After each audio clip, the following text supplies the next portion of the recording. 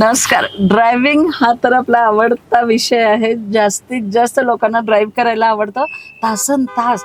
पण एक गोष्ट नोटीस केली का तुम्ही, की ड्राईव्ह करताना आपण आपल्या कंटिन्युअस विचारांमध्ये असतो. ते स्ट्रेस, टेन्शन म्हणजे बिझनेसचं टेन्शन, घराचं टेन्शन सगळा विचार करत आपण तो मजा किरकिरा करतो.